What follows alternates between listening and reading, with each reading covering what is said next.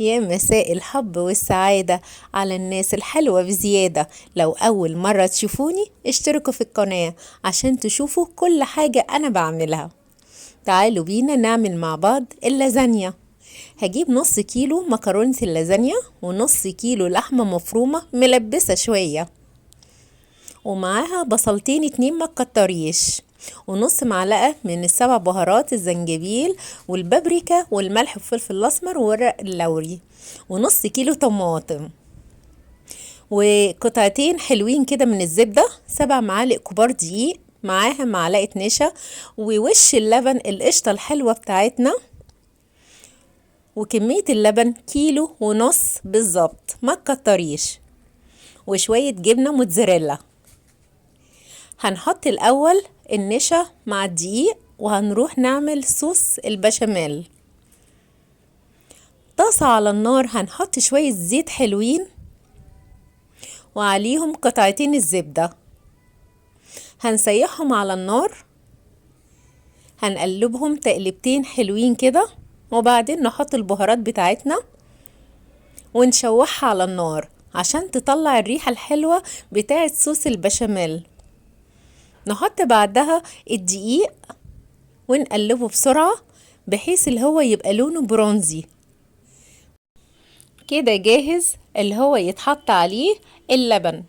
مش هنحط عليه كمية اللبن كلها، هنحط بس كيلو اللبن الأولاني، وهنحط النص التاني بعد شوية، ونقلبه كده بسرعة بالمضرب اليدوي عشان ما يحصلش فيه أي تكتلات، ويبقى سايب وجميل وما يكلبص خالص. وما تنسيش تشيلي ورق اللوري ضروري. كده خلاص هو اكتسب الطعم الحلو. وقبل ما نطفي النار على طول نحط بقية كمية اللبن ونقلبه برضو بالمضرب اليدوي عشان ما يحصلش اي تكتلات. هو كده مظبوط وسايل جميل من غير كلبظة. تعالوا بينا نعمل اللحمة المعصجة. هنحط برضو الطاسة على النار، شوية زيت وحتة زبدة حلوة والبهارات وورق اللوري اللي احنا شلناه من البشاميل نحطه برضو علشان يخلي طعم اللحمة ريحتها حلوة، ونقلبهم تقلبتين حلوين كده. وبعدين نحط اللحمة بتاعتنا المفرومة ونحاول ما نقلبهاش علشان تتحمر كده وتاخد اللون البرونزي قبل ما نقلبها. ومش هنقلبها بالمعلقة، لا هنقلبها بالمضرب اليدوي علشان اخليها مفرومة خالص ومهرية. هي جاهزة دلوقتي انها تتحط عليها البصل.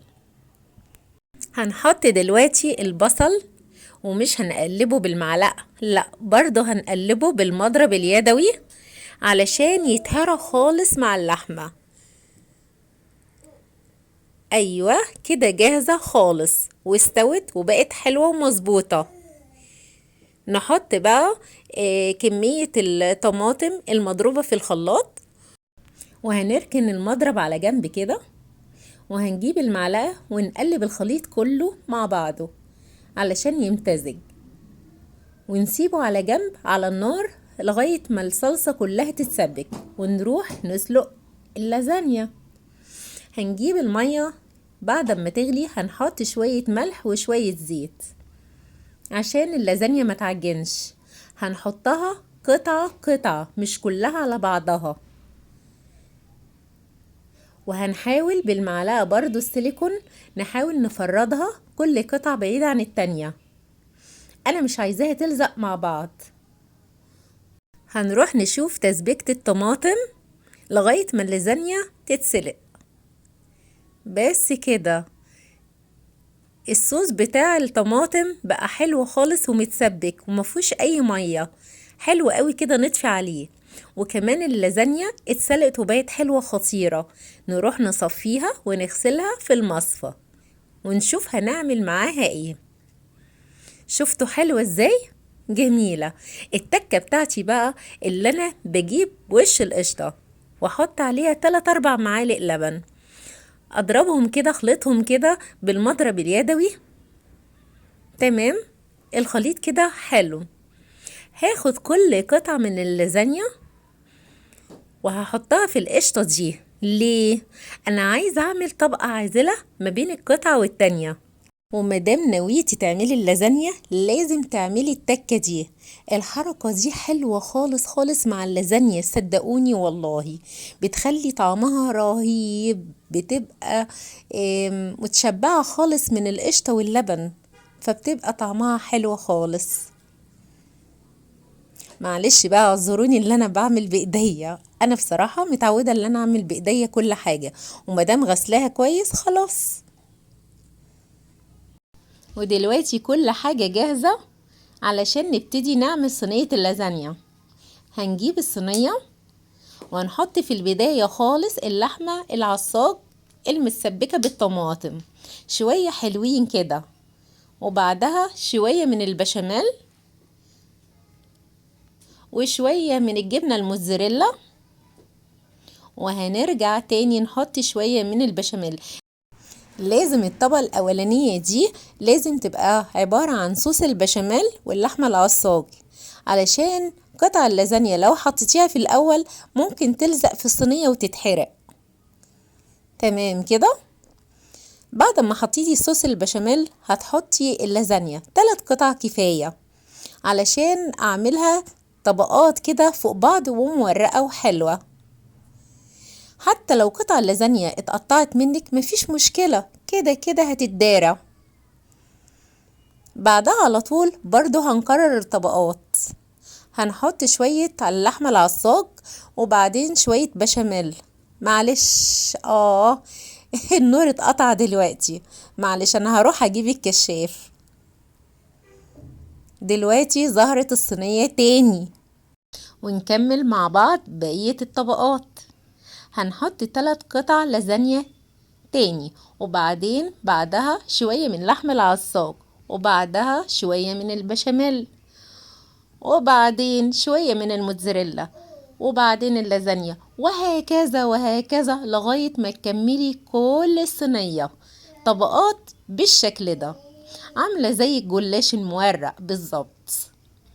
بعد كده هتطلع معاكي طبقات حلوة خالص، وبعد ما تستوي هتشوفي النتيجة هتعجبك خالص خالص. وصلنا تقريبا لآخر طبقة.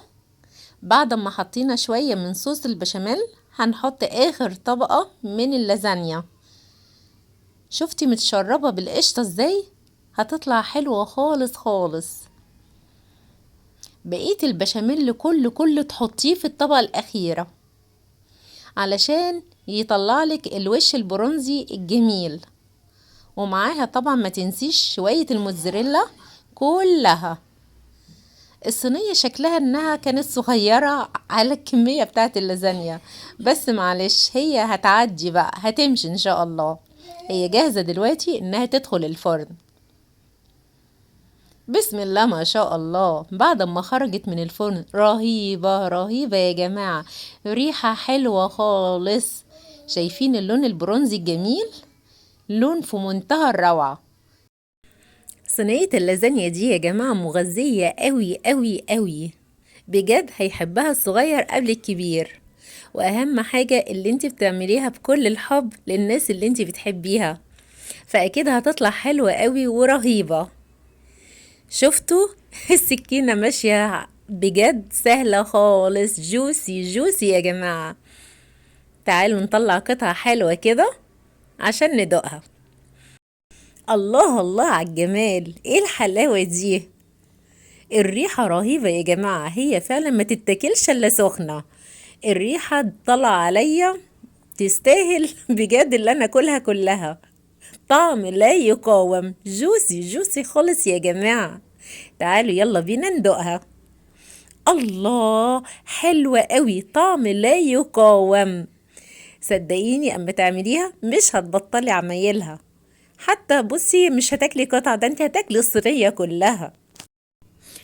بجد بألف هنا وصحتين. انا بس عايزة اوريكم التورية بتاعتها عاملة ازاي. مورقة جميلة جميلة جميلة، عاملة زي الجلاش زي الرقاق المورق، ومليانة بالبشاميل، حاجة كده فوق الخيال. هتوديكي في حتة تانية، هتنسيكي الدنيا كلها معاها، واحلى حاجة اللي انت تاكليها مع حبايبك، بجد رهيبة. بألف هنا، واستنوني مع طريقة جديدة وأكلة جديدة من مطبخ كوكي إن شاء الله.